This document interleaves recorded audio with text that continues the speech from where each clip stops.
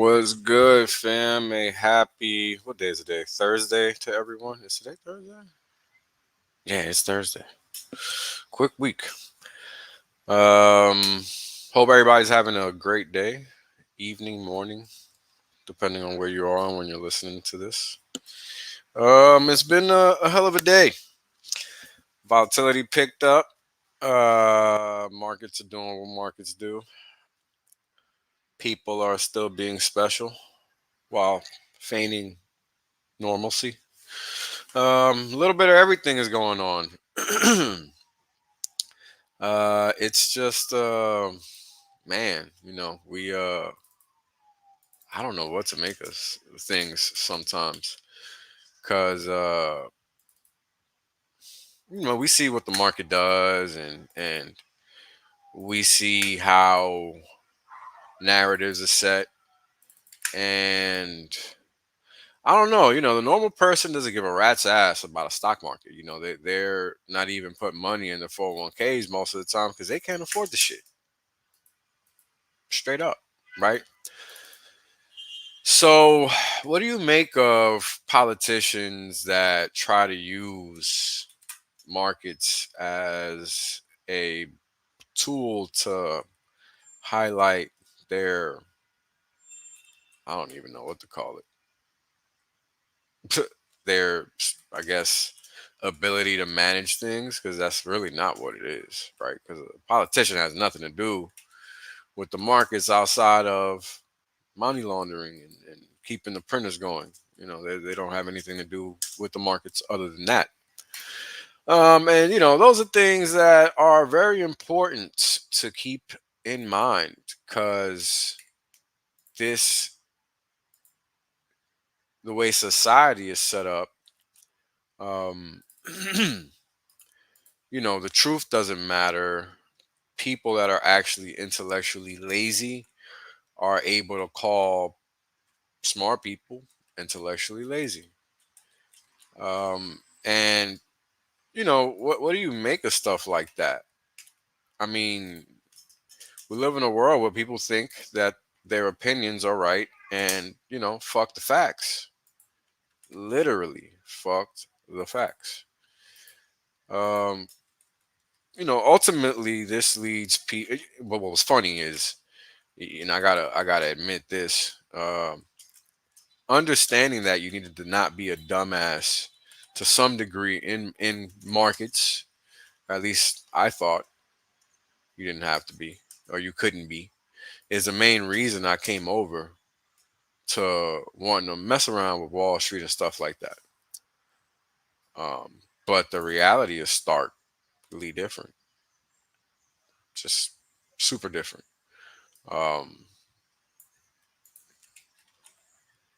and I was jaded for a long time because I thought it was just Wall Street, but no, it's society that is built and set up that way, and people are apparently okay with it because nobody thinks, or even if they think, they don't act in a way where things being fair is the way things should be, right? And yeah, life isn't fair, but that's not what the fuck I'm talking about.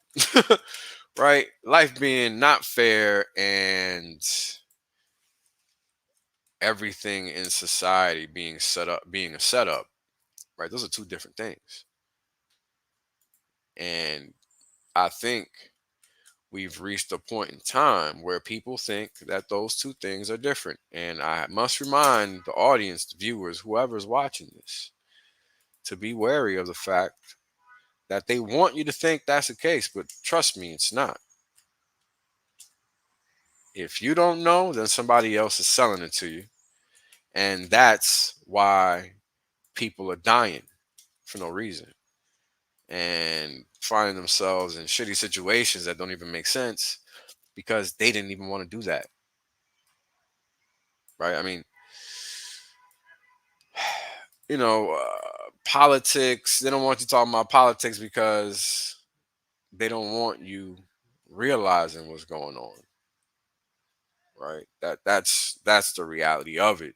This is why politics revolves around the same thing that entertainment revolves around. This is why you have people like Trump, Arnold Schwarzenegger, all of Hollywood, in fact, embedded in politics. All of Hollywood. That's not a mistake, people. That is by design, right? And they try to translate that into a world for you to make you feel comfortable, safe, good. Because that person you watching that show you love and that movie you can't get enough of, right? That person is in politics now. That person is looking out for your interests. That person is your homie. He's going to do the good do for you. I mean, this is what they want people thinking. That is why they use entertainers and entertainment in politics.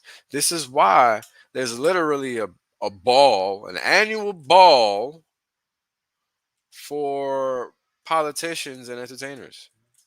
And I think that while Trump was in office, they probably canceled it or something. I don't fucking know what they did. I don't really pay attention, but I do know for a fact that shit happens every year when the fucking commies are in office. And by commies, I mean the openly communist people, meaning the Democrats, because the Republicans, they hide that shit. They don't want you to think they're communists. They got to make you think that there's actually two parties in this motherfucker. Right? Even though they seem pretty aligned on 99.5% of everything.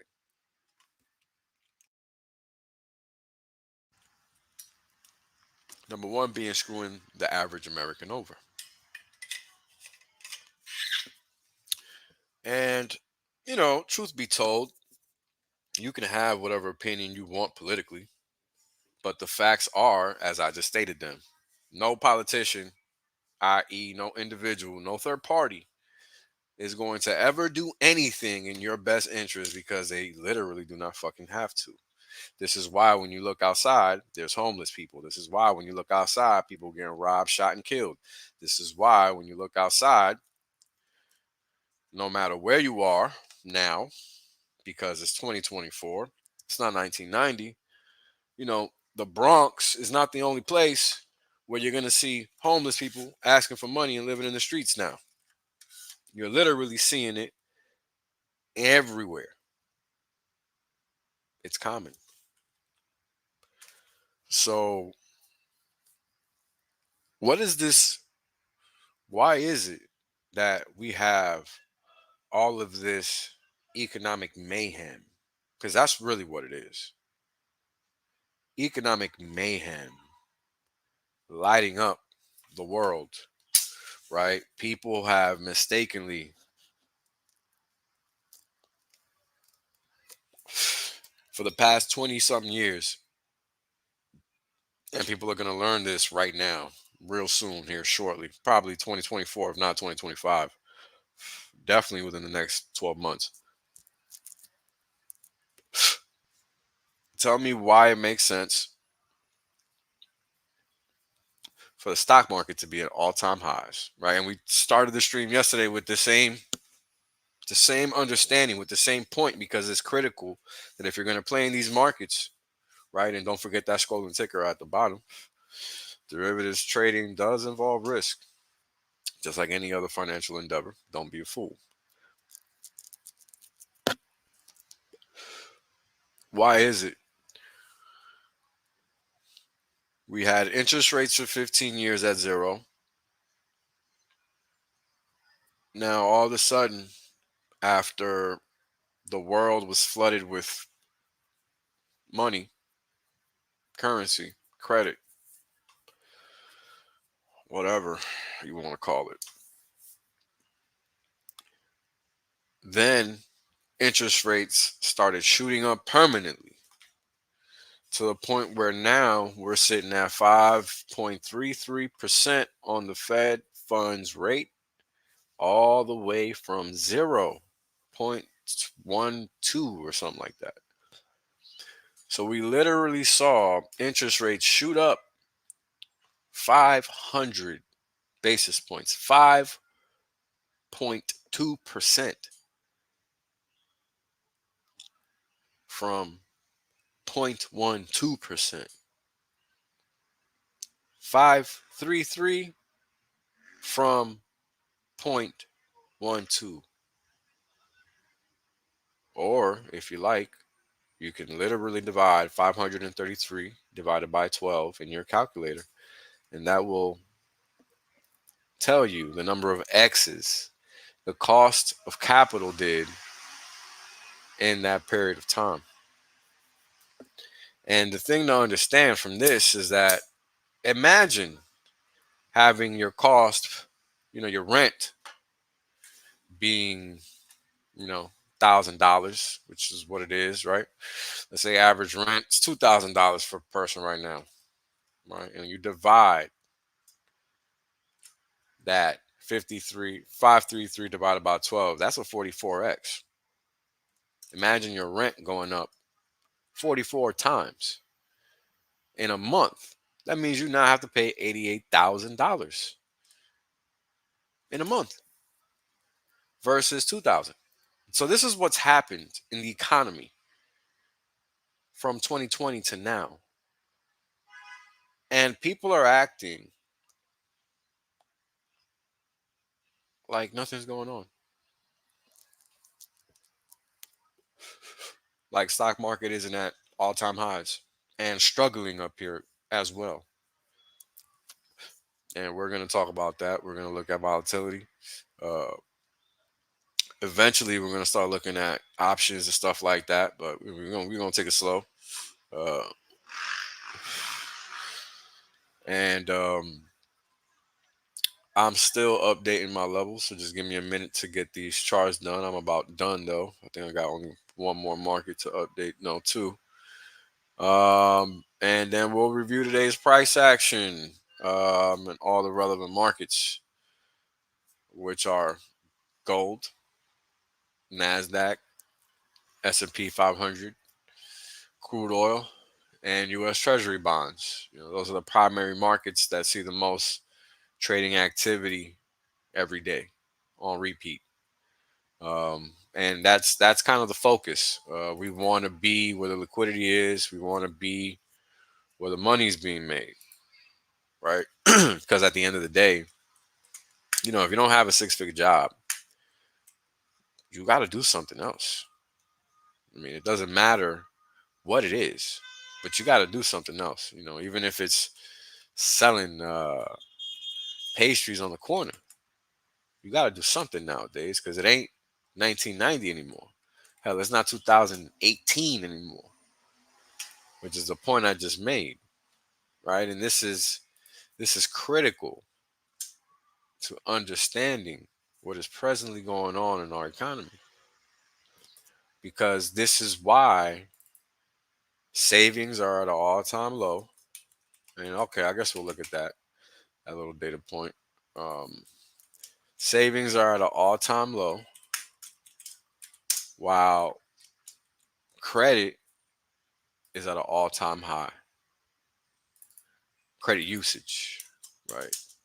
Your ability to survive off your paycheck. I mean, a lot of people just don't have that ability anymore. They have to max out credit cards and, rob Peter to pay Paul, basically. And that's not living. That's being stressed all the time. And a lot of people just don't have that room to maneuver, right? And, for the life of them, they can't fucking find it. They can't figure it out. Whatever the case is, they're stuck like Chuck. And that's a common scenario for a lot of people. And guess what? It's not just in America, right? And the thing about it, that point that I'm trying to make there, is that we know how bad people in America are doing because we live here. The rest of the world, literally, I don't know if people know this, but the rest of the world literally relies on America as far as economic activity goes. We are the starter motor for the global engine, so to speak. That's a fact. It's not China, it's not Europe, it's the US. When the US went down in 2008, the world went down, literally. So, you know, these are economic facts. This is why the US is always a focus. The dollar, always a focus. It's not really the reserve currency aspect of the game. While that does matter, it's important to understand that's just one facet of the way markets revolve around the US, right? You also have the military posture, which is tied to the economic landscape of the US, right? We're protecting all of those routes in the open seas, right? The Navy. And if we look historically, right, we can see that the strongest economies typically have the biggest navies. So this is just part and parcel with the rules of the game, basically. And these are things that, of course, it's a little nuanced, a little sophisticated in terms of analysis, right? But point is, the average Joe can acquire this knowledge. I'm just an average Joe. I learned all of this before I ever worked on Wall Street. So the fact that I worked there means nothing. And I think that that's a point that I've never made enough of a point of before. The fact that I worked there literally means nothing. It's like any other industry. You're gonna fucking have millions of motherfuckers that work on Wall Street, and they don't belong there.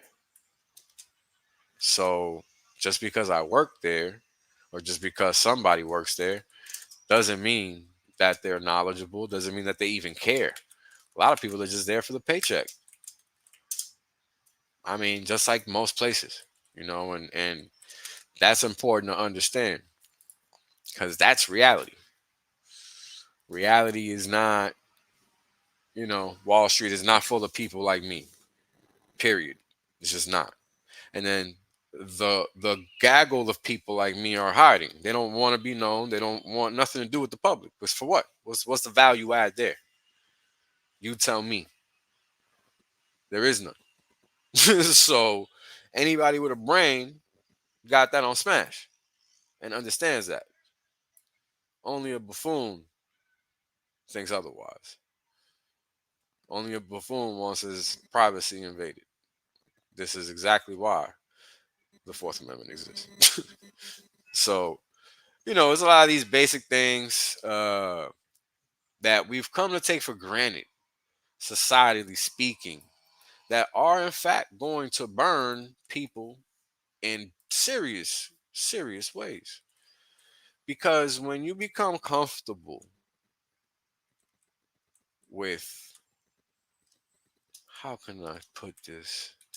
When you become comfortable with complacency, right, you're going to get those types of outcomes every time. Complacent outcomes. Complacent outcomes are something that I specialize in. I spent my whole life fucking up because I want to do things haphazardly and not the right way. Just like most people, right? So I guess I'm not special.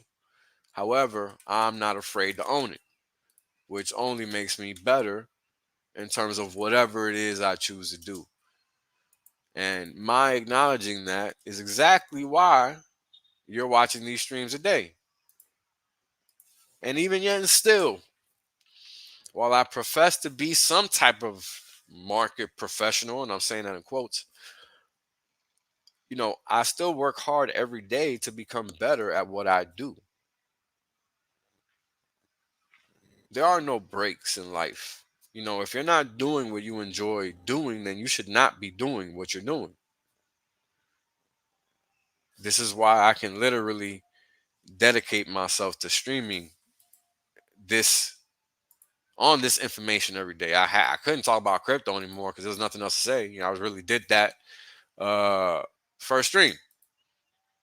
That's exactly why I had to switch and pivot to other stuff, because crypto is because of all of that other stuff that people didn't want to learn, don't care to learn, and they're going to pay the price for here shortly. So there was nothing else to talk about there. When there is something to talk about, however, I will bring it up because this is about markets. So don't think I'm quote unquote done with crypto.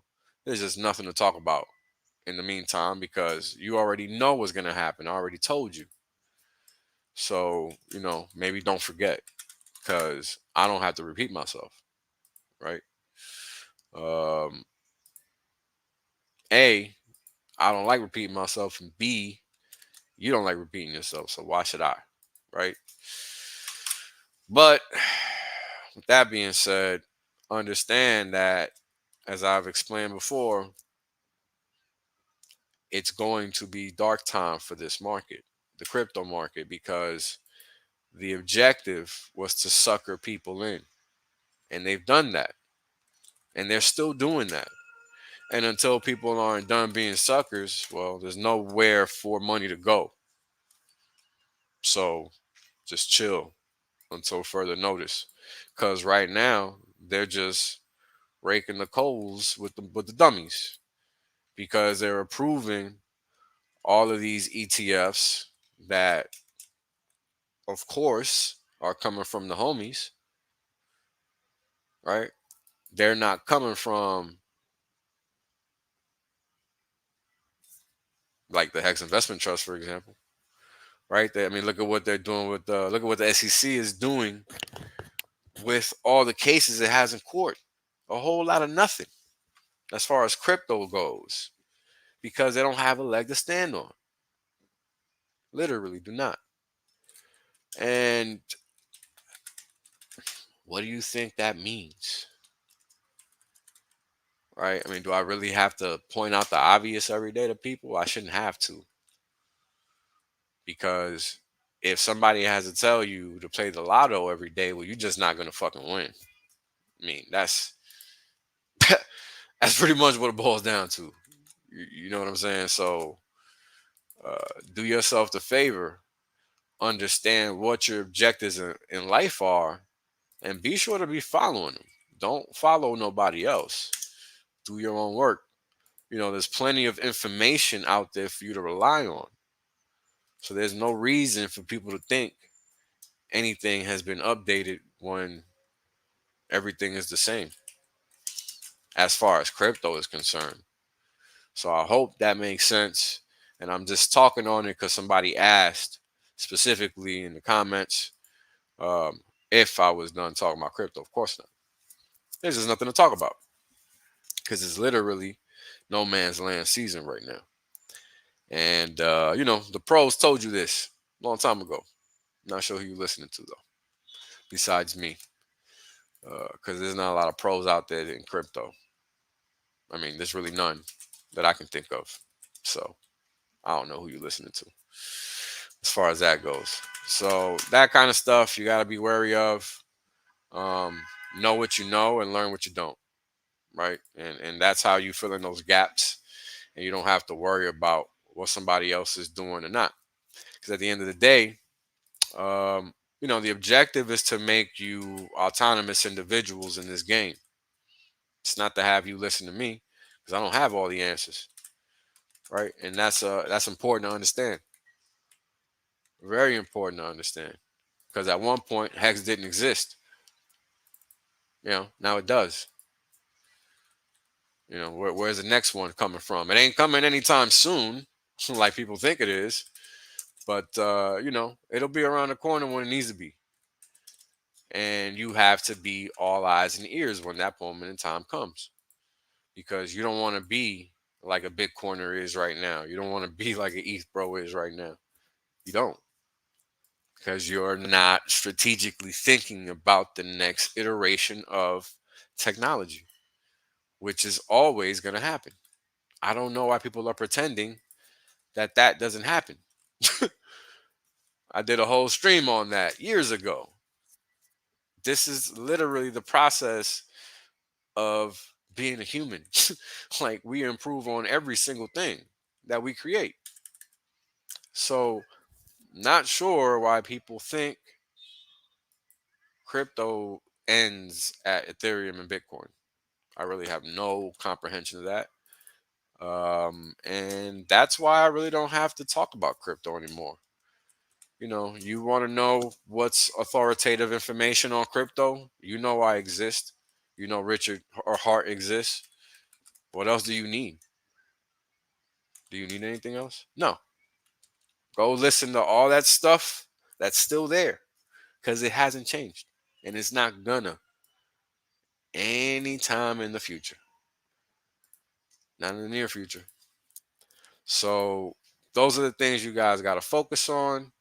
Focus on the things that matter, the things that are going to pay the bills and get you to where you want to go, not keep you where you are. Right. And I think that if we did a little better job of focusing on that aspect of life and not what are the morons doing, we'd probably be living a whole lot better than we currently are. And that's just a general comment.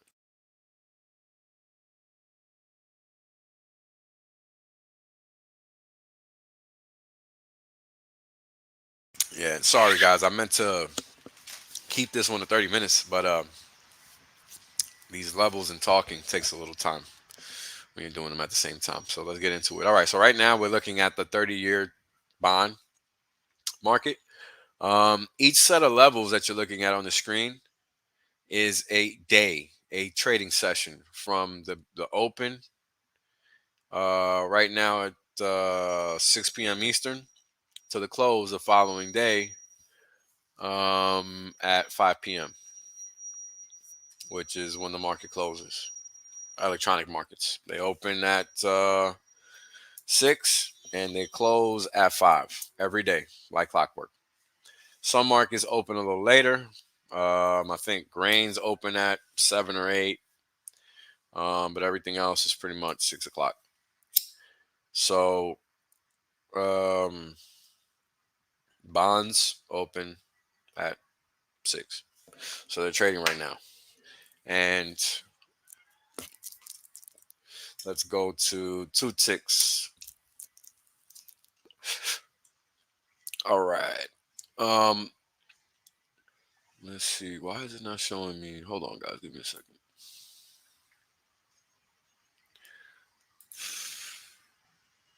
There we go.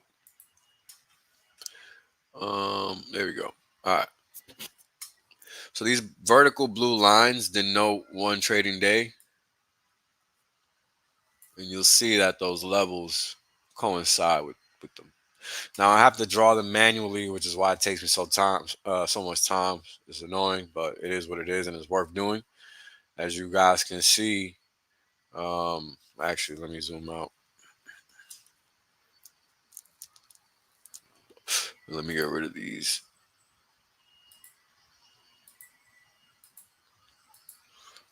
As you look across time, you can note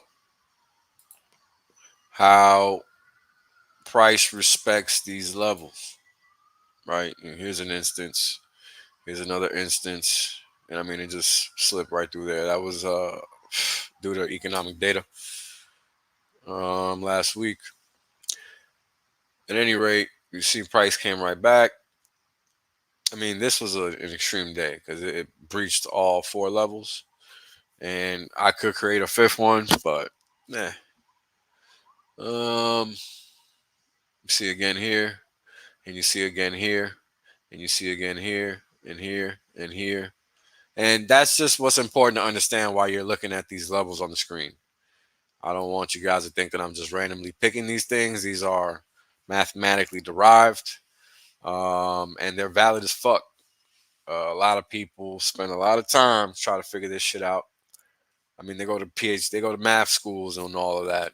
They go to grad school and do all that high level math, and the answer isn't there. I mean, it's there, but it ain't there where they're going to learn the shit that they're learning. And it's sad because this is what everybody's looking for. This is the quote unquote um, holy grail, saying that in quotes.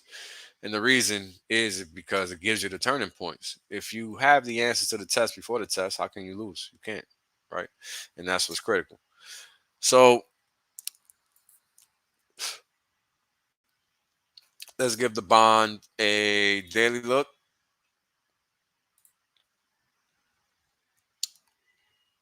Not sure how we ended up on Cocoa Futures, but all right.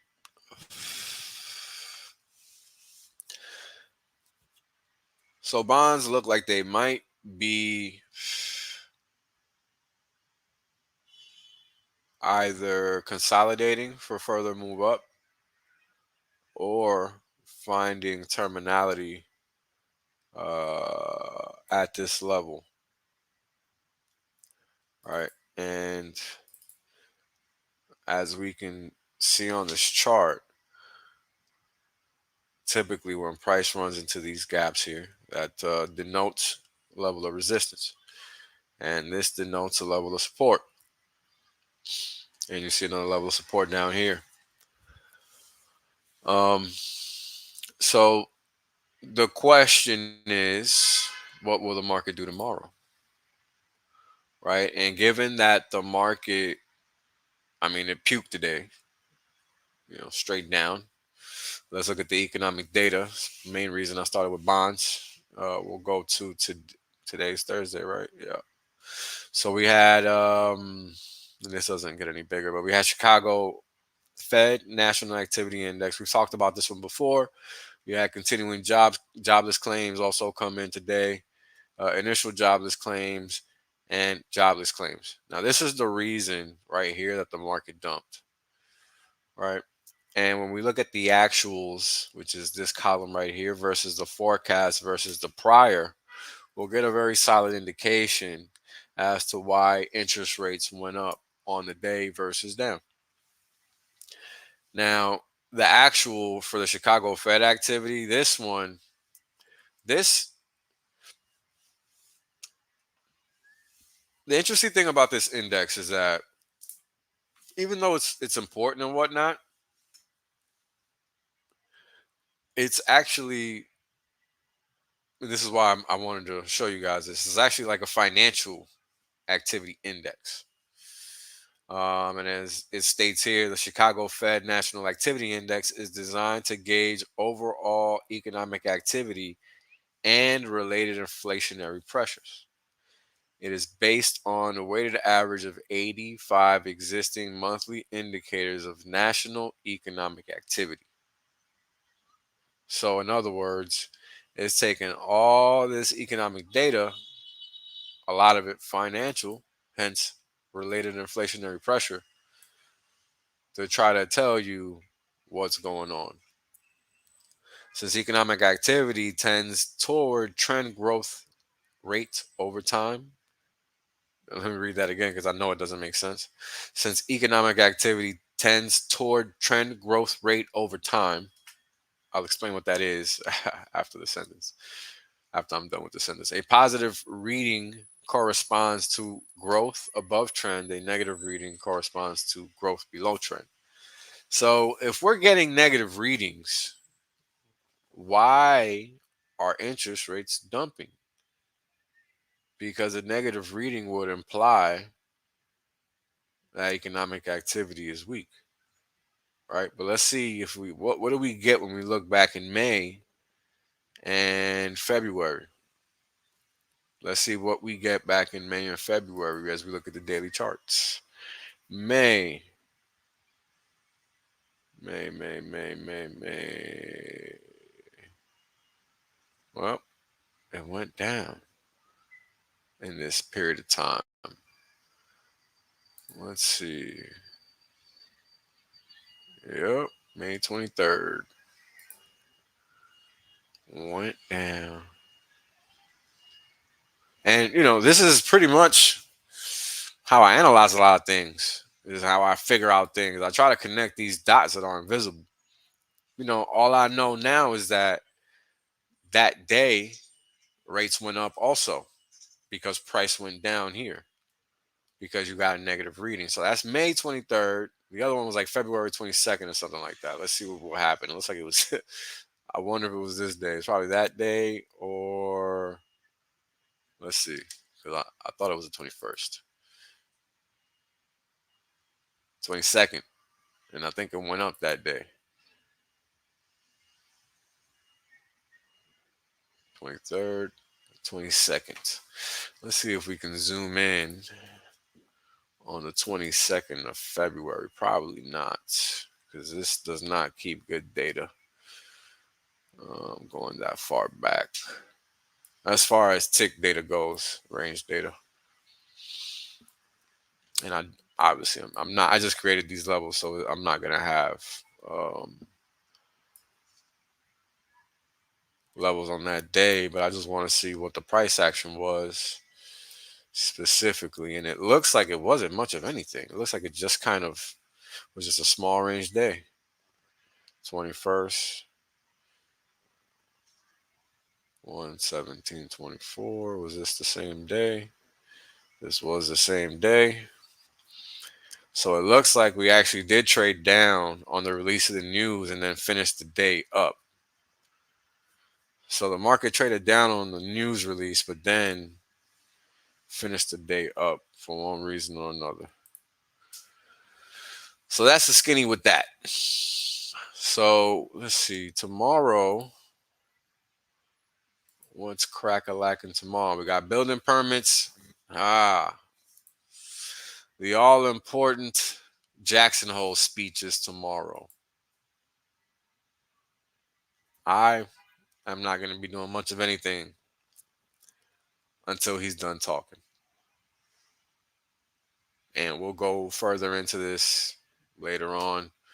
But you also got new home sales, and I mean these metrics are not going to matter at all as far as tomorrow is concerned, because whatever he says is what's going to matter. So unless we get some crazy miss here, um, building permits and new home sales, those metrics just are not going to matter. Um, and the Jackson Hole Symposium starts tonight. So people are paying attention to this. This is a big deal every year. Every year, people pay a lot of attention to everything that these central bankers say. And that's essentially like the Davos for central bankers. That's what the Jackson Hole is. And at one point, it was a crappy town in Montana, or I'm sorry, Wyoming. And now it's one of the highest valued places on the planet. Ain't it funny how that works? Alrighty. So this is what we got going on tomorrow. So tomorrow, man, I should probably throw everything on here. There's just no telling what these markets are going to do tomorrow. Because the interesting thing is that people are expecting rate cuts, right? So when you look at this daily chart, right, and you zoom out a couple years, few years, I mean, it looks like it's lining up for a pretty solid move higher. That's really what it looks like. But every move higher, it's not linear, right? Everything has ups and downs. And just because the trend is up right now doesn't mean it has to stay up, right? This market is easily primed to pull back to this level and then continue, which would look like a crazy move in one day. It would look like a crazy move in one day because that would be a four-handle move. But here is a three-handle day. So a four-handle day isn't really that crazy.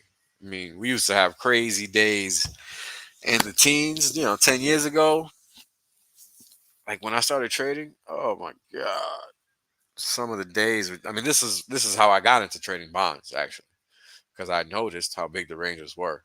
And then I realized the money you can make, because I figured out the math and all that on that market, because bonds are not typically a market that young people think about, because when you think about bonds, you think about savings bonds and shit like that. And if you don't know, you don't know.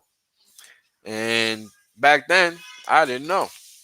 So that's how I found out. The market doing the work, doing the Lord's work, as always. Um, and, it's one of the most critical markets to be aware of, uh, hands down, even in 2024, when the dollar seems to be losing its impact and significance. But if we look, and this is going to be really picky, but if we look, we have a close of 125.13 here on the 5th of August versus a close of 125.12 for yesterday. So we have a lower close near a local high, but we also have a lower peak in the cumulative delta. However, I'm not so sure that these are divergent. And trust me, you gotta read into every single measure. 110. Yeah, I don't think these are all different. Nope. So in short, it looks like the market's gonna continue higher because the momentum is still there. And let's break this down to a 4 hour look.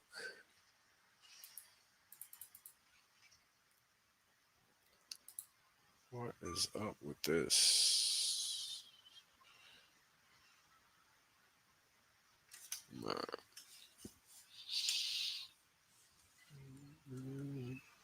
Okay, so the 4 hour does look weaker, but I don't like going by these charts because they're just not that reliable. Um, Still above the Ichimoku cloud.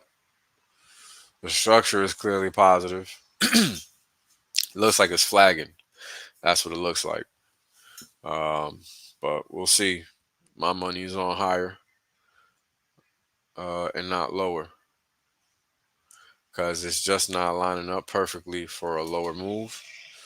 So what have convinced me and changed my mind would be a break of this level here, 122.22. And then a further break at 121 would definitely seal the deal. We'd be under the moving averages, all of them, causing a crossover and shutting down a major area of buying activity. And that's what this denotes. I mean, we probably will go down here and stop. But again, risk is inherent in active price and inactive price. And prices change every minute of every day for 23 hours out of the day. And this is why it's important to always be looking. Now, when we're looking at a hourly chart here, it looks like people are buying the dip right now, selling it. So hold on, guys.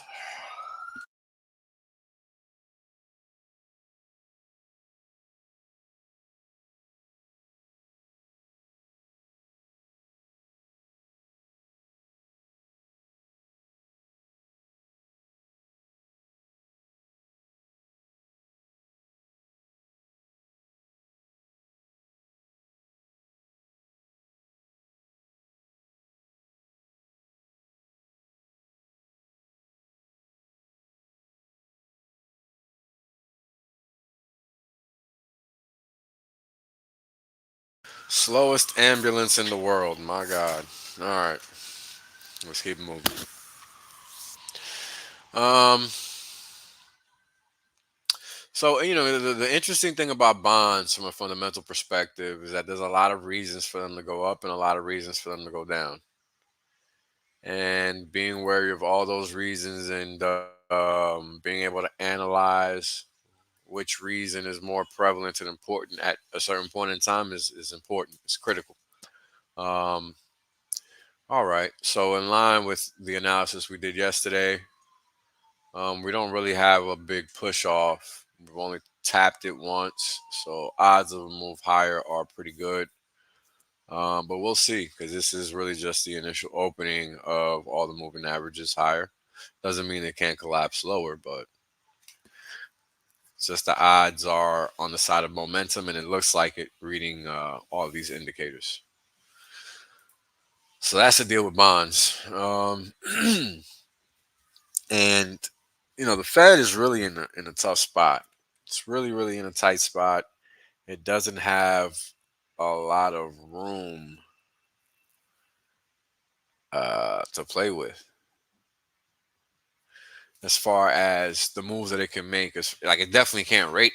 It definitely can't hike anymore. Period. They can hold, but holding is only going to make the policy error bigger when they finally do cut rates, which is what you get when you take a look at the Fed funds versus the 2 year spread. And that does keep going wider. We're now down at 1.316, and this is minus 1.316%, which means that the Fed is behind over 5 cuts.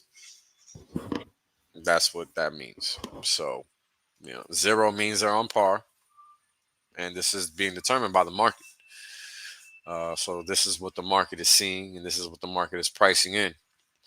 And the fact of the matter is that the market is rarely wrong. Question is, do you know where it's going? Right? And if you think all the inputs aren't in the market for it to be here, well, that's a good conversation to have. But from my point of view, i.e., in my opinion, the market has all of the ammo it needs to be down here.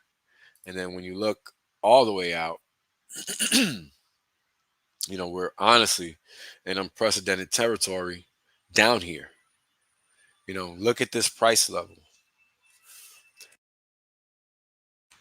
Not only are we at all time lows, we have an actual candle forming down here, which has never happened before, going all the way back to 1988 something.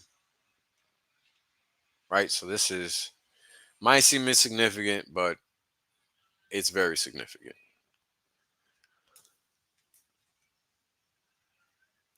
So extreme things are happening right now. And the market always collects. And just like life always collects, right? The market does too. And look at what happened in 2008. Compared to 2008, we're not even close to in the danger zone just yet. Not even close. And if things really materialize the way they're supposed to, there's no way I cannot see this policy error going below 2%. Of course, it can go below minus 2%. For sure. I would not be surprised for the Fed to hold on and say nothing about cutting rates tomorrow, which would then definitely widen up this gap down at least 150 for now. But we are definitely on track to go down to 2%, 1.5%, 1.75%, because you have to understand the Federal Reserve's objective. That's the key here, right? It's crucial because if they really did control all the things that they control, why are we seeing things materialize how they're materializing? Something to think about. All right. Now we're looking at the crude market. And one thing I want you guys to know is how the moving averages are flat, right? Typically, when moving averages are flat, that means a ranging market. And that's exactly what we have here. It's just a matter of determining how big the range is going to be. And luckily, the market gives us these signs that we can pick on to try to figure it out.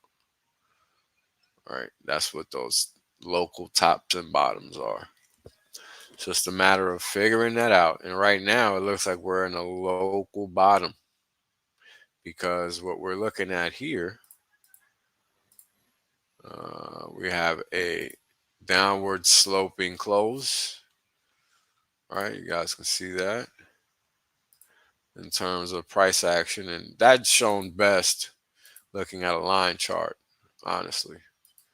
Um, right, looks even more obvious there because it looks proper. And then you got this here, right? And we'll zoom in on each just to confirm. Right, even the volatility index is giving me the look I love to see. And it's confirmed, right? When we zoom in, we already even have the curl up. And this is on a lower low.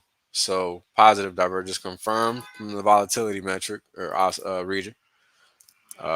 This is just a plain old oscillator with a special little formula that I concocted.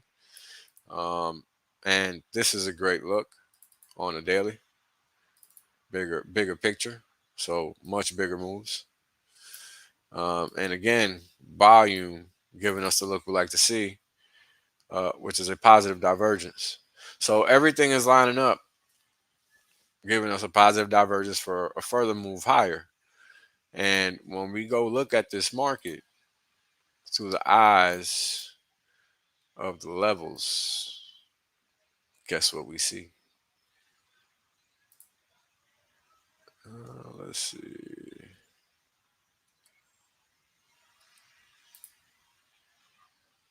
Bam. Market is already in motion higher.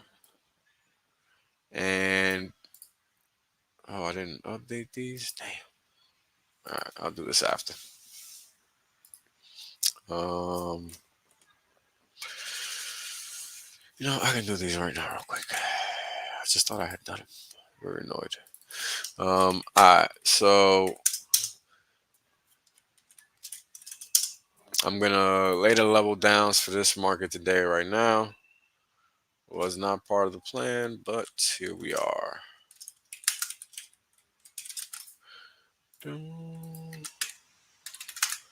And the idea again is to just highlight what the market is doing, when it's doing it, where it is at when it's doing it. Right. That's the point of these levels, is to let me know, are we trending? Are we not? Um, are we moving? Are we not? Are we up big? Are we down big? Are we down small? Are we up small? These are the kinds of questions that the trader needs to be asking themselves throughout the day, throughout the session, so that they have a good grasp on what the market is doing when it's doing it. You don't want to figure it out after. You want to be in the throes of it while it's happening. So, pro tips and whatnot. Um, all right. We're almost there, folks.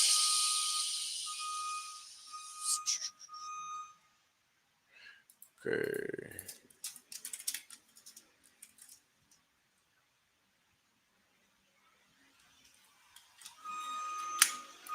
Um, and as it stands right now, the market looks like it's actually setting up for a lot of testing of the settlement area before it actually rolls over and moves lower.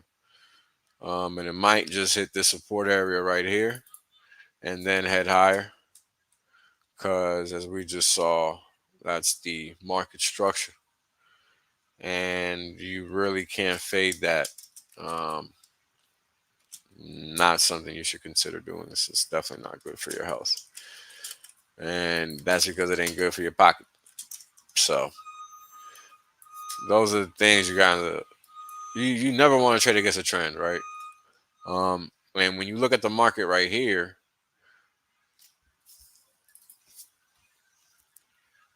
we can see that the market is already rolling over to a certain extent because we had this upward sloping angle while momentum subsided.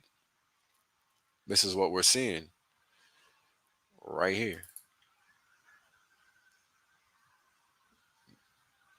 Volatility tapping out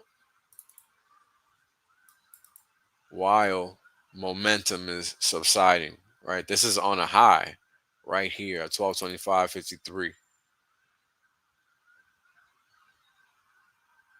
1225.53.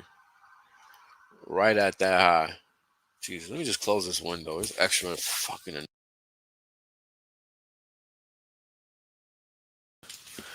All right, that should make for better sound suppression.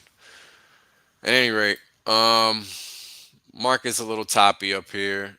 However, important to note that we are somewhat of an upward trend, right? So the question is, how low can we go, right? And that's what these levels are about. And you see when you look out and you let the market profile do some work, it also highlights relevant levels of where price activity could range back down towards. We got 71.78 and 72.20 or 15 or so, right? And those are important levels. And the level right here is very close. So if you see the market trading into this area, you'll probably want to pay attention. That's what these levels signify, right? And let me remove, right? You have price stopping dead stop yesterday uh, at the low, bouncing up, playing with that, flirting with that level, and then finally market open, flirted with the settlement area, flipped it, broke over it, treated it as support, and then just took off until we hit the third level today. So that third level also happened to coincide with a pretty long-term moving average, which could derail the upward momentum of this move. But given the market structure is bullish now, that's what this signifies. We have to be wary of getting comfortable on the short side also. And that's what all of that means. So that's what these levels are about. Just giving yourself a lane uh, to work with because you want to know or at least have an idea of what the market is doing. You don't want to be flying blind. You really don't, because then you end up over trading. You end up um, doing things that don't make any sense. That's really the best way to put it. And nobody's immune to it. Everybody does it at some point, because you get too caught up in the ticks, and that's ultimately what it boils down to. So while in the short term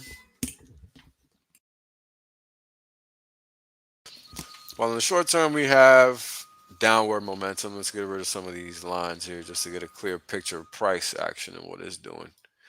We're looking at the big picture. The slope is downward, right? But we've reached a point where we've hit a potential area of resistance in the market, and it's showing itself here in the Donchian channel. And these channels essentially measure new highs and lows in price for every 89 bars. So every time the market reads 89 bars, is printing new tops, new maximum highs, and new maximum lows. Because that's what I want to see. And then I want to see the median between those two so I can have an idea of what the price range is doing. right? And this is how I give the market structure. I know for sure the market is going down, but now I know for sure the market just whipped up because it has this big old long slab down here, right? Just like it had it up here, right? The market was clearly going down because it was breaking here, right? And you see that in the median line, the middle line, right? But up here, that thing was pretty flat because it was just high up here. And then the previous high was here. So that was the difference that you were seeing right here, right? But then until price came back and whipped over 89 bars at some point previous to that, right? It had no reason to make a newer lower high. It had done that back here, did that back here, and then all the way back here as time passed.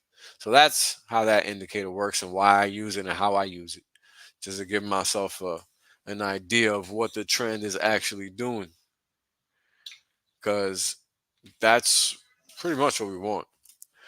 We want to know, is the market trending? If so, what's the direction of the trend? If the market is moving, we want to know if it's moving a lot or a little. Is it moving up or down? Is it moving not at all? Because if it's not moving at all, then what the hell are we doing trying to participate in the market? There's no reason to participate. So, things to be aware of, right? Now, these zones, these areas, right? They're areas to be aware of. Be wary of what the market is doing. Um, Always at the settlement area. And the interesting thing is that I had always noticed that, but I really never knew how to uh, communicate it, in the market. Now I know. Um, and the market can easily just stall out right here and just whoop, or at least to here, or in between here. Could just dead stop right here because that's market structure. It could stop right here because market structure, right? And the market, that's just people operating in it, right? And we'll go over some news before we wrap up. We're already at an hour, so we could take a fundamental point to the market for the following day. Let me see what do we got here. 21. Now, this is gold. Look at gold. You see that it stopped at the previous day's third level. And yeah, these levels do carry over a lot of the times to previous sessions because of how the number is derived. So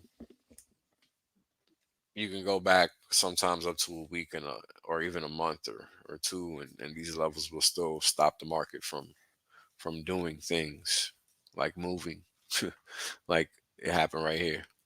And here's an instance in where the market opened, right? It kind of ticked up, but then it kind of fell off near the settle. And the first move was lower, and then it came back and tested it each time, or a few times, got near it a couple times, right? And then just couldn't stay up there anymore, and then ultimately rolled over, right? But we have three levels shown here, right? Let me zoom out a little bit more. So this is what it looks like from a further out level. This is 34 ticks per bar, $340 risk per candle. And as you guys can see, it looks like the market structure is now bullish after we got a downward move. And we closed in between the first and second level.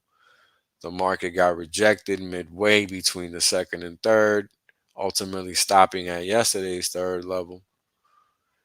And then literally, I think it opened or it closed on this up move. Let me see something. Yep, it closed bid. So this line here is where the market closed. And today's price action is essentially a continuation up to now of that bid. If prices recover 25, 22, 25, 30, then we'll probably be back in bullish territory and surpassing this 25.36 level. Because again, gold is ultimately broken out, right? This is driving a lot of geopolitical things in general. And when you look at this market, I mean, like I've told you guys, explained before, these white lines here are fair value gaps. And they're called fair value gaps because if the market retraces to any of those levels, odds of it catching one are very high, i.e., fair value. And the market makes these levels um, based on price action. So it's not even, the market has to do something in order for these levels to print. So when we look back at 2 years of this market, it's pretty apparent what's going on in the gold market right now. So I'd be wary of fading any upward moves in this market. I'd always be looking to buy dips. That's not to say that certain days are not going to be down days, because yeah, today was one of them, right? But that's the point of these levels. Let the market speak to you. Let the market tell you what it's going to do. Yesterday or the day before. No, yesterday. Oh, this is today. Oops. This is today. Yesterday, the market did nothing. It just stayed in between the settlement and the down, the lower level, the first lower level. That's it. Didn't do anything else. So for a market that is in a bull trend, that's a tough day to trade because everybody's buying and then selling and then buying and then selling and then buying and then selling because the market never went up. But ultimately, people, are done buying and then selling and they quit, and that's when it starts going up. And that's literally how markets work, right? But then when you zoom out a little bit in a short-term basis, this market is in a downward trend, right? And that's after being in an upward trend, right? But the trend is still up. So it looks like we could be hitting, delete that. Looks like we could be hitting a potential area of support. But we zip through this gap. So this area here, the 2540s area, it's going to be an area of contention for gold for sure. Let's see what markets do we have left. We got E-mini and the Nasdaq. Save those for last because it's like talking about the same thing. Um, Today was just a down day in both equity markets. And we'll zoom. Let me actually put this one over here. The Nasdaq opened yesterday, traded a little bit down, and then played around in the settlement area. And each one of these is 10 points or 20 points. It's 20 points, 20 points wide, 20 ticks wide. Let me look at this again. 1909. No, it's 20 points wide. 20 points wide. Because that's really the best measure that I found for this. All of these are just random things. I'm just choosing them because that's what I feel works best. And it seems to be the case. Because if you look back, you're going to find, let's see. Hold on. Yep. Oop, too much. All right. Let's see if I can ID it. There it is. Bam. 2001, 2011, 199991. All right. So that's one area of resistance. What's this? 2055, 2035. The actual precise level, 2045. Where did the market top out at today? Let's take a look. 2025. 10 points below 2035. However, wait, is this right? 19998, 19998. Yep. 25 points above this market here, or this level here. And let's see how many points it is above this one. 15 points. So going all the way back to June, July, and I even think this level is probably even more spot on. Nope, higher. Has to be down here by this red. I think this is the one. Yep, here we go. 2046, 2026. 20,000, 46, 20,000, 26. With the precision level being at 20,036. And we got a high of 2025. So going all the way back to 14th of June, 15th of June was a Monday session. Market never tested the level that day. And ended up testing it several sessions later. And a month and 10 days later, it still mattered. Because it stopped dead right there. Right. So when we put the profile on, there was no price action in this area previous to this day. Going back to, and we'll see right now. Yeah, this area, this day right here. The 23rd of July. So about a month ago. And the high that day was 20,084. And the low was, wait for it, 20,026. So nothing is a coincidence. All this stuff is tied together. And, it's not invisible. It's not hiding. It's right here on this chart. Right. And you have to have the confidence to understand that you can do it too. But if you don't got the confidence, you're never going to do it. So when we look at the NASDAQ,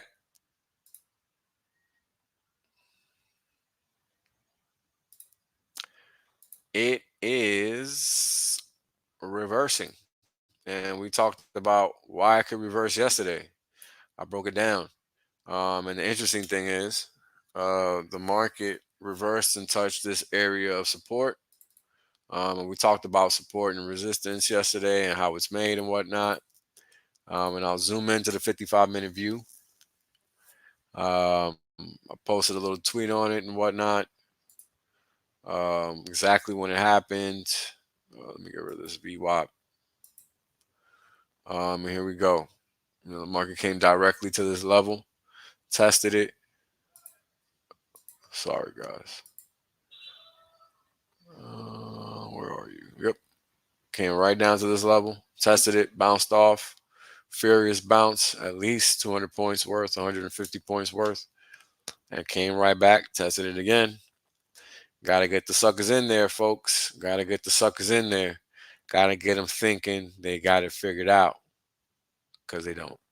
Because then boom, slam them one more time, and then boom, slam them again. All the way down to 19,542 from yesterday. Being at, where were we yesterday? And don't forget, we were talking about these vol exhaustion points, right? That's what prompted the talk about this market being in a top, being poised to head lower, because I wasn't even thinking that until I looked at this.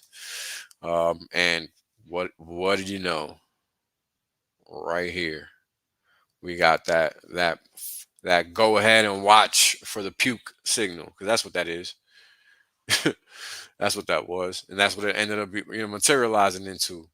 The market, this is literally the top right at the open of the market. Look at this, 923, and then the next candle is what, 936, meaning in between that candle and this candle, the market opened. And as soon as the market opened, they ran it up just enough. And we'll take a look at it right here, in fact. They opened the market up 930, and you guys are gonna see that when they opened it, they just ran it up just enough to get some buyers interested. Cause then look at this big volume candle down here. 940, 42 seconds, 930 with 36 seconds. So in that 10-minute span, somebody did their business, right? And that's important to understand. I just need to be able to see the volume numbers when I'm hovering over these 6.2, 6.3 thousand and 6.7 thousand. Boom, boom, boom. And that's all she wrote. Then they came in, sold 355 cars at the top, and that was it. 5665, right? That's what they did in the E-mini. When we zoom in on the NASDAQ, what does it look like? Let's go into the 34 ticks.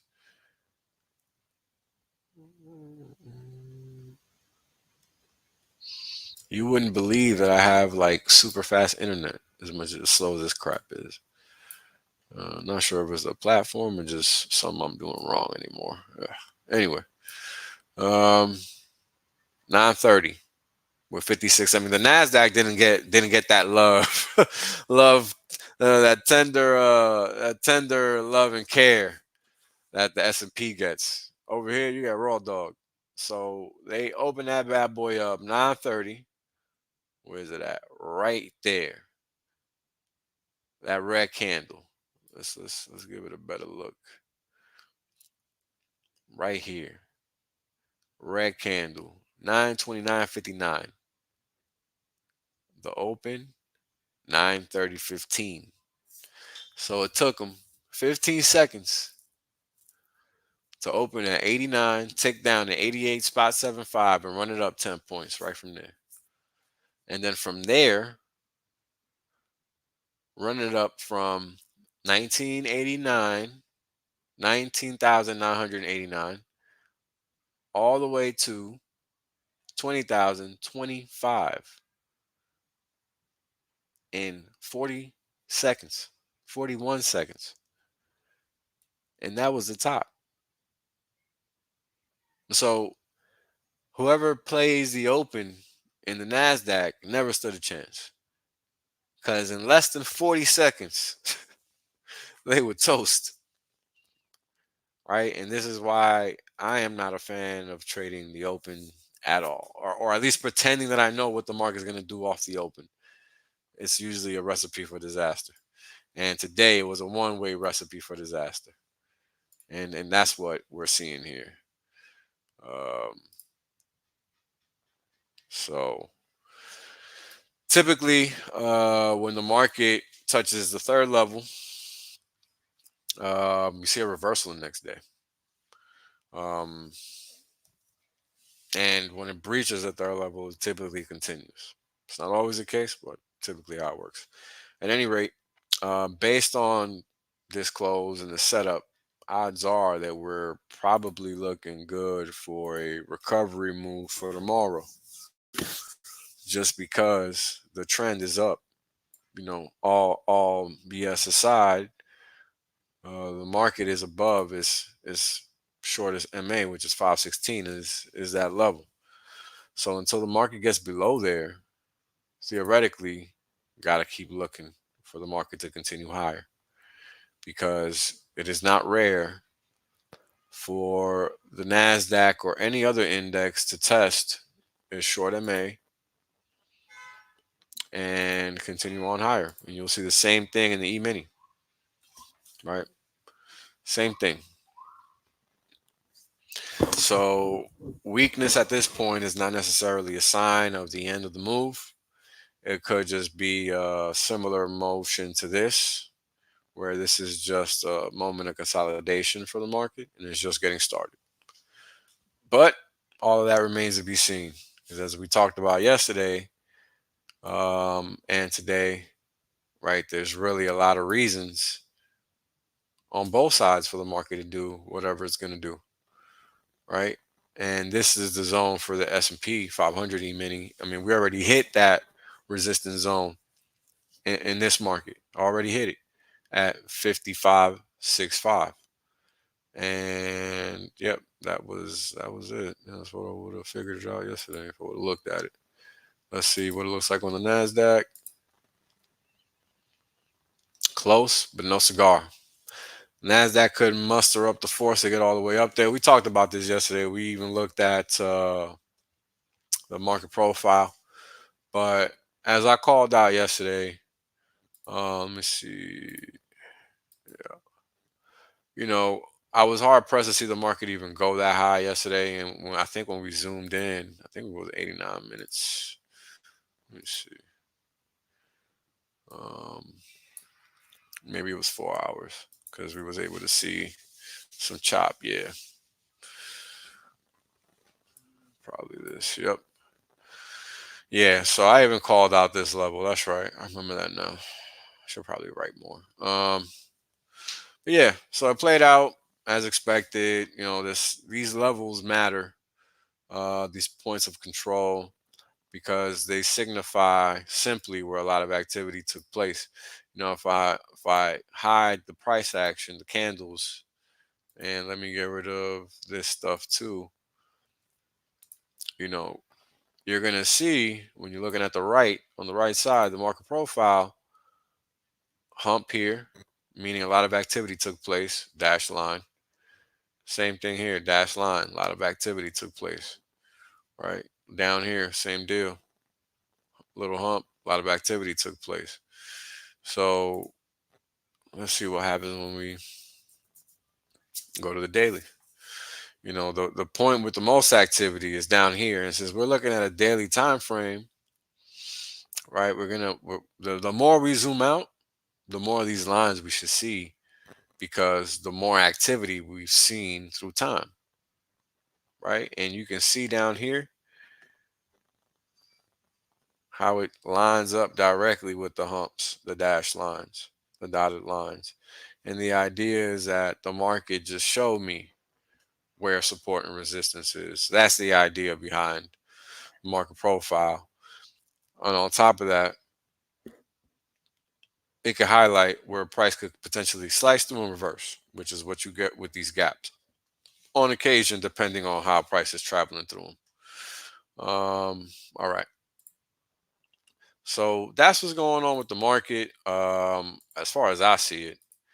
We talked about yesterday how the market was probably setting up for a rollover based on this, that, and the third.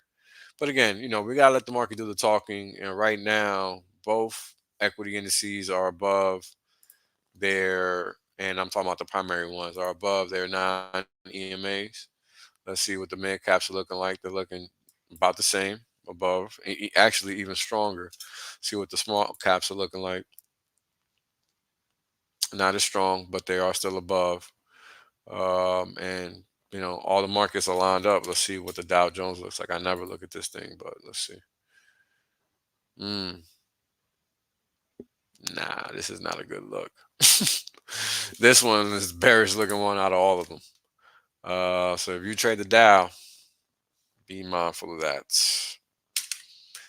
Yeah, be mindful of that. So let me see something here. Yeah. So yesterday it was discovered that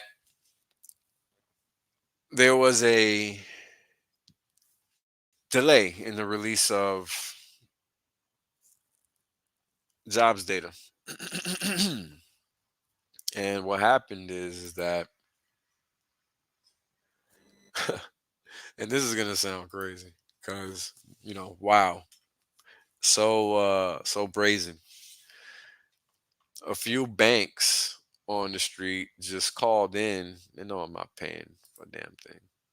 Just called in and got the data from. Of course, it's not supposed to happen.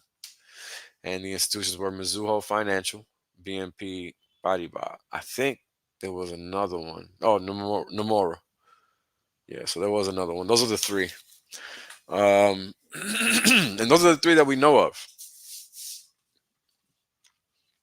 So this is just another instance in people needing to understand why crypto is crucial for society. And I mean real crypto, not the fake ones. Right? Not the ones that you can click a button and create. Them ain't crypto. Them is fake. Period. Doesn't matter what your excuse is or what you think. It's fake. There's no actual reason for it to exist, and it's just something that is in the air. It's fake. Because you got to realize through time, we got to change the definition. We got to update it, right? Because if real crypto is this one thing, and people want to all of a sudden make it this other thing, well, then we're going to change it into this other thing, which is still even further superior than the original definition. And that's how we roll. We can never go backwards. We can only go forward. And that's what's hard for people to deal with, because they hate that, because they're not even meeting the bare minimum, right? So when people aren't meeting the bare minimum, they can't even meet the standard. And that, my friends, is how you win. Let's see. I'm trying to see if there's any more good stories to talk about, but it really isn't anything. Oh, I'm lying. Just found one. Hold on. You're gonna drop your jaw when you see this. Read that headline. 1 million square foot office building in Center City, Philly, appraised for 25% less than in 2021. And those figures are from 282 million down to 211 million this year. And what's interesting about this, because I don't even need to read more than this, is that that's still too high.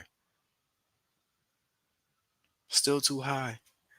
Because there are certain areas where you're seeing bigger haircuts than 25%. We've seen some where it's 90%, 50, 60, 70. Things that make actual sense, not a menial 25%. No, not after everything's been ridiculously inflated. See, here we go. David Putro, an SVP at Morningstar, told whoever this guy is, Bizno, we're seeing New York, Chicago, and San Fran offices with 70% drops from the original appraisal over time to the reappraisal. So it's not the end of the world. He's just saying whatever, it's a 25%, which is what I'm saying. Yeah, well, and what I'm saying is that number got to be wrong. That's what I'm saying. So, you know, realize that people right now are locking in these mortgage rates, these rents, all these things at these exorbitant levels. And the sad fact of the matter is that when things reprice, they're not, what are the odds that they're going to be able to reprice the rent that they're paying? Unless their lease is up and they can make an argument for it lower, that's rare. It's very, very rare. Oh, check this out. This is major news. I hadn't paid attention to. Um, Ford has apparently, oh crap,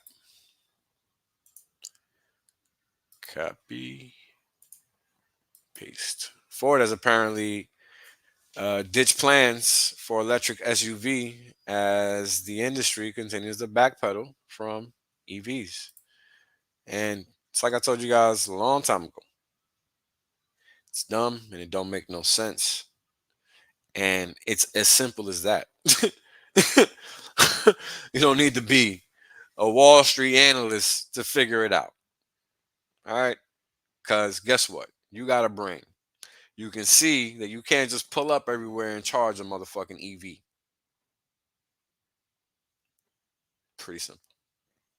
Doesn't really require much more further analysis than that.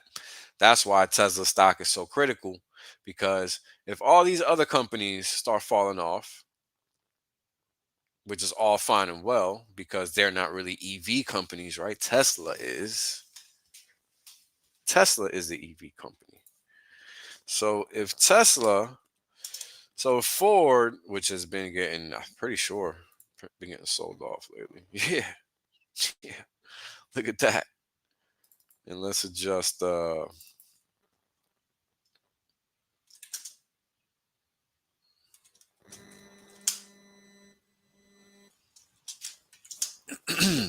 good enough. All right, so as you guys can see, got stuffed by the got stuffed by the VWAP Bollinger Band, uh, standard deviation band. That's all Bollinger Bands is. They're just standard deviations.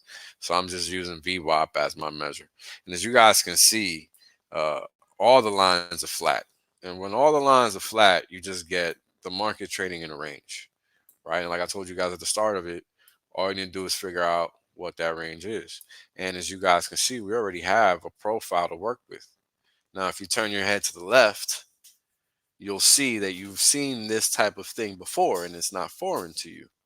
And I mean, like horizontally to your left, tilt your head to the left, and you'll see that you've seen what is called a market profile before. It's not new to you. You've seen it a million times. Oops, I made the wrong thing disappear. Seen it a million times. And this is directly from the market.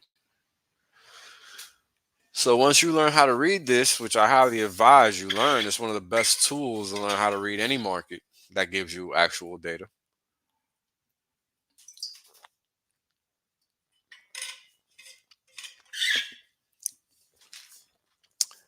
You'll be able to figure out what the potential extremes are. As you guys can see, the market stopped right here, right? It didn't go up any further, and now it came all the way down here, right, to this low point.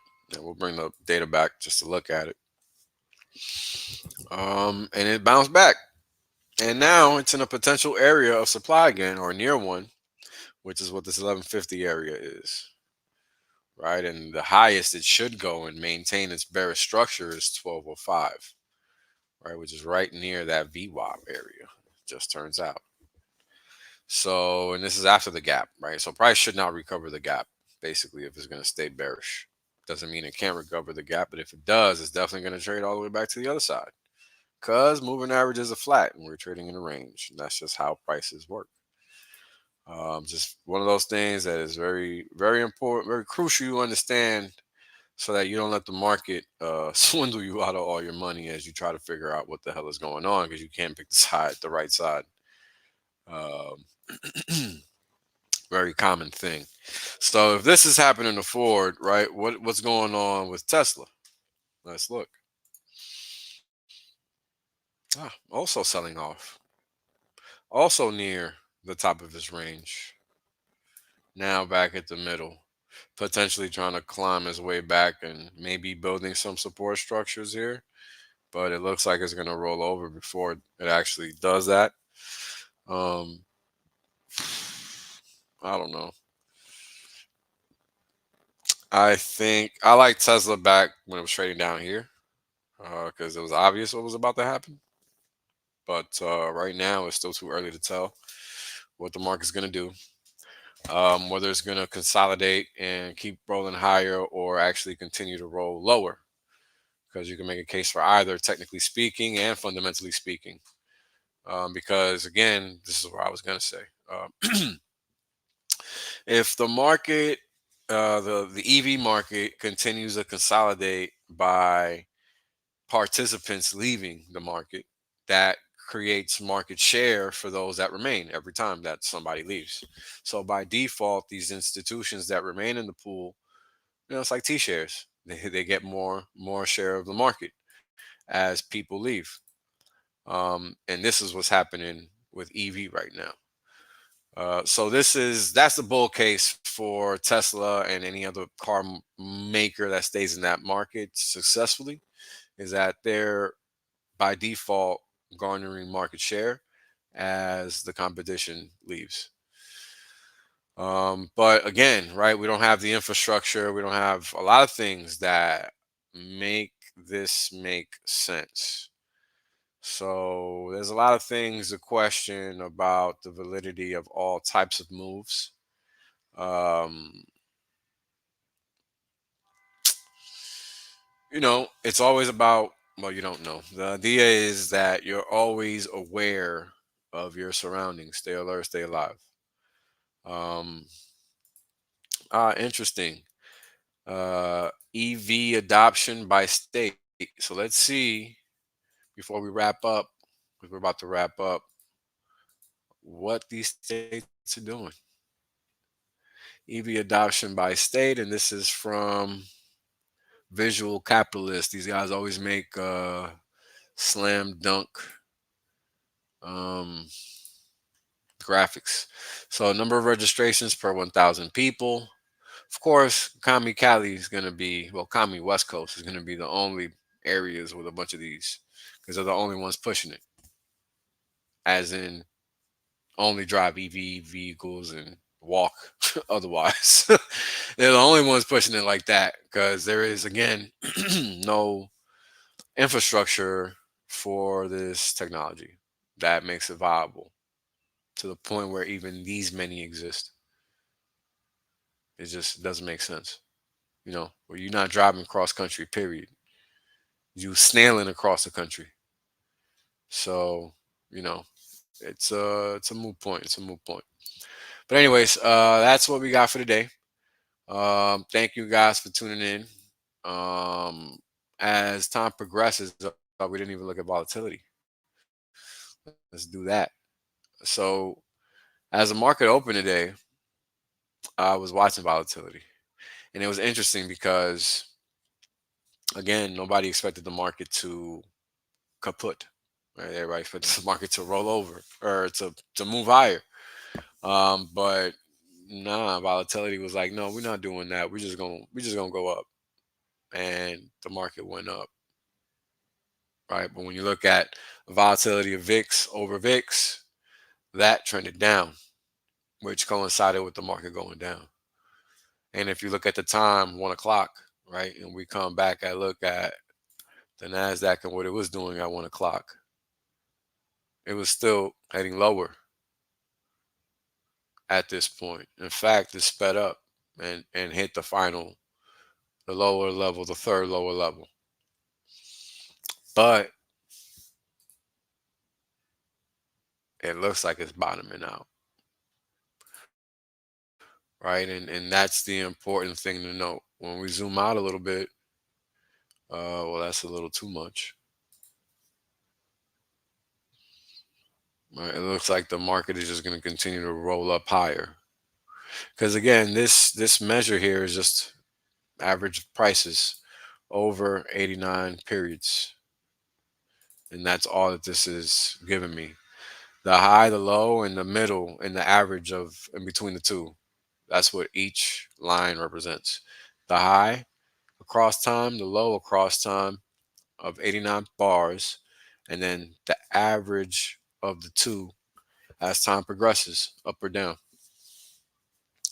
So if volatility is done moving higher, which is what we're looking at right here, we got a negative divergence.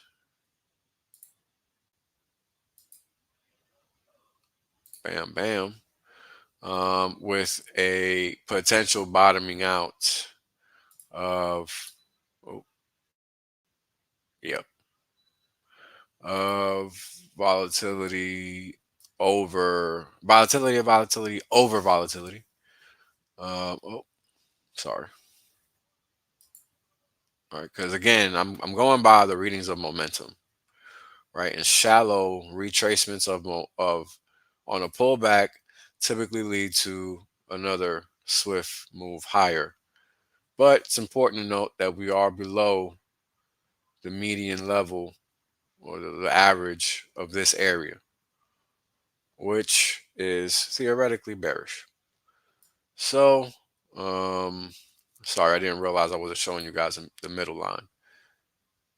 That's the high is 726. Actually, let me get rid of this. Bam. Now I like it too, but I got to make sure you guys see the data. 726 versus the low of 618, and then the middle is 672.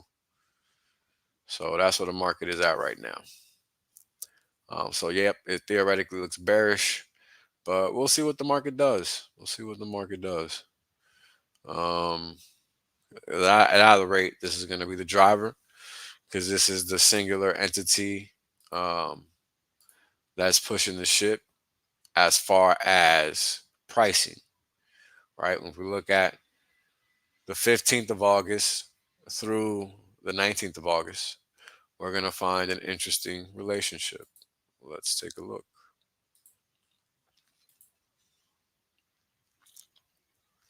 Nah, not a good chart to look at. For that, give me a second. Yeah. Okay. 15th to the 19th. What do we got here? We got the VIX crashing while the market is gallivanting higher, literally. And ran up 126 through 914. It ran up approximately 800 points while the VIX was just doing this. It wasn't even doing anything really. Right? The range was like, let's see. Yep. 1660 through 1460. 2% was the range of the VIX, and it just went sideways. And what did the market do? The market violated. It went straight up. 800 points in that short span of time. And I think that's a great way to end it. Understand the important relationships in the market and how they impact what affects you the most. And you'll be able to identify these little nuggets that just give you hellified ammo. Peace, y'all.